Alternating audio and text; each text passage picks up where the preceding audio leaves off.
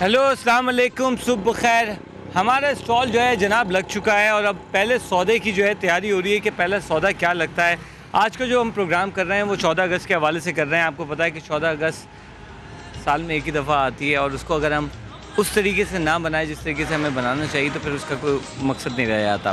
दूसरी जानिब अगर हम एक बात देखें तो एक अरसा हो गया है कि 14 अगस्त का जो है मज़ा उस तरीके से हमारे यहाँ दोबारा नहीं होता जिस तरह से पहले होता था। मुझे अच्छी तरह याद है कि जब हम छोटे होते थे तो हमारी गलियाँ सजाने में जो है मुकाबला होता था और हर गली के जो बच्चे होते थे उनकी कोशिश ये होती थी कि दूसरी गली से उनकी गली सबसे ज़्यादा खूबसूरत लगे और पूरी झंडियाँ हम लगाते थे, चिराग जलाते थे। लेकिन अब ऐसा कुछ भी नज़र नहीं आता।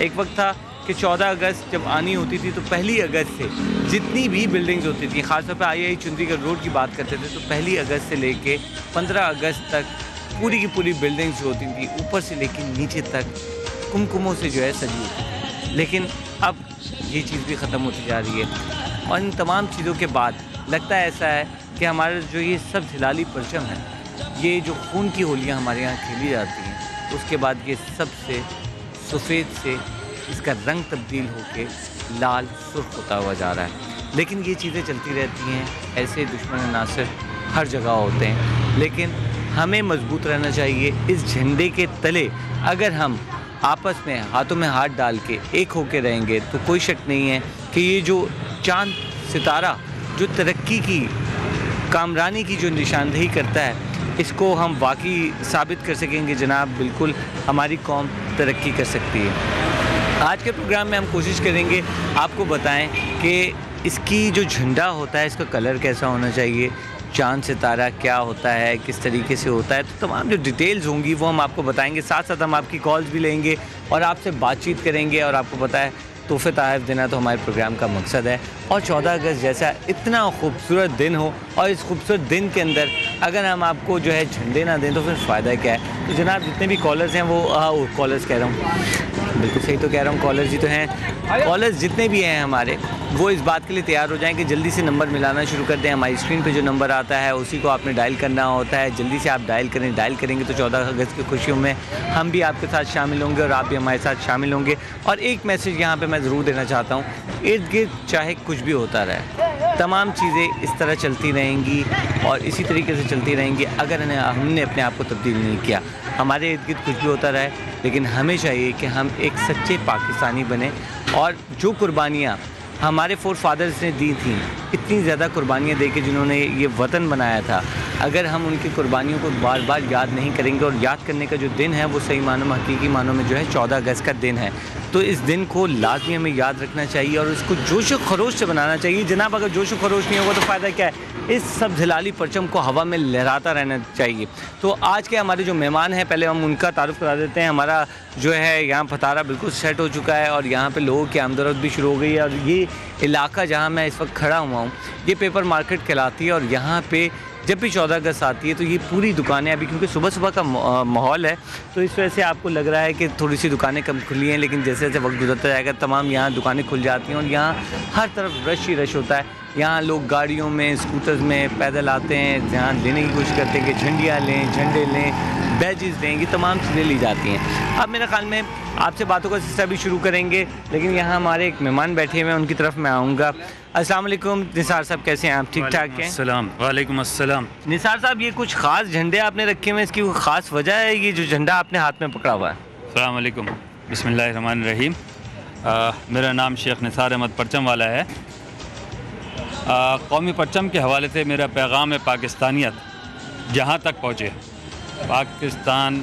पाकिस्तान जिस कुर्बानियों से बना था उसको आज हम भूल चुके हैं। उसको याद दहानी करने के लिए 14 अगस्त मनाते हैं हम।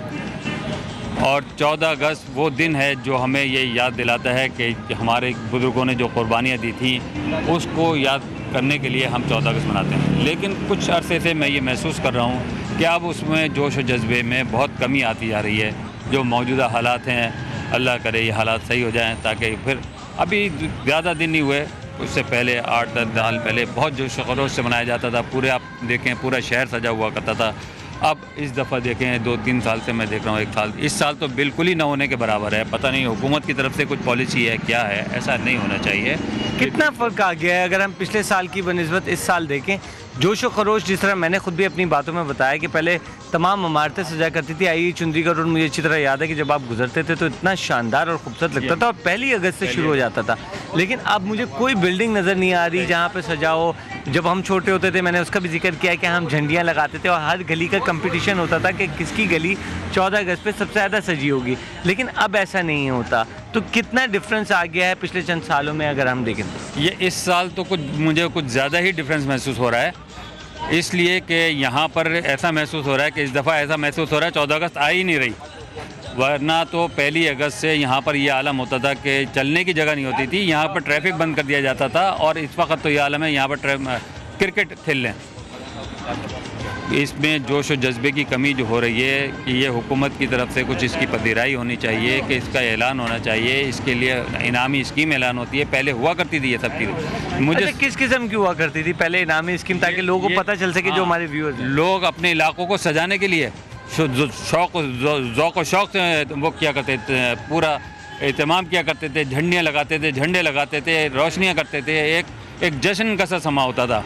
लेकिन अब जो है वो न होने के बराबर है। अब कहीं नज़र नहीं आ रहा।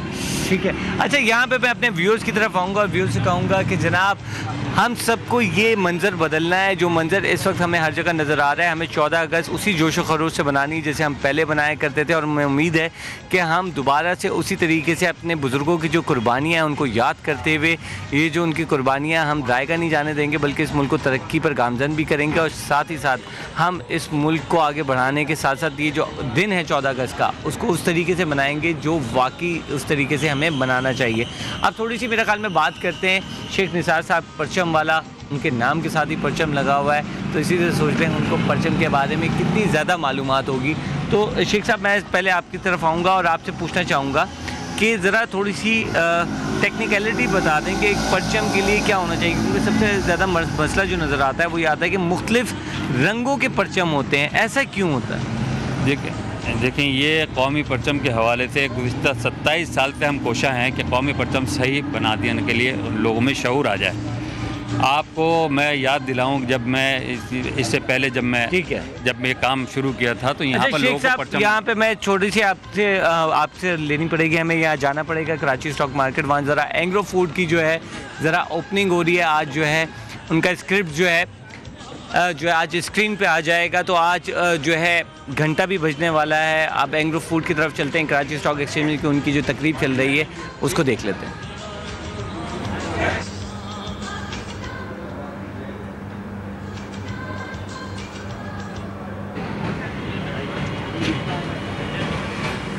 इस वक्त आप देख रहे हैं कि एंग्रो की फूड की जो है तकरीब हो रही है, तैयारी शुरू हो चुकी है कराची स्टॉक मार्केट के अंदर। और जल्द ही जो है अब हम देखेंगे जो रवायती तरीके से जो घंटी बजाई जाती है वो अब थोड़ी देर बाद जो है घंटी बजाई जाएगी, जिसके बाद जो है ऑफिशियली जो स्क्रीन के ऊपर अब आना शुरू हो जाएगा। एंग्रो फूड के शेयर्स की ख़रीदो फरोख्त जो एक आम तरीके से होती है, ये रजिस्टर्ड हो जाएगी कंपनी। अब बस कुछ ही लम्हे बाकी रह गए हैं, तमाम लोग जो है खड़े हुए हैं एंग्रो फूड के साथ साथ। हम देख रहे हैं कराची स्टॉक एक्सचेंज के मैनेजिंग डायरेक्टर और कुछ डायरेक्टर भी हो गए हैं और घंटी बज भी गई है।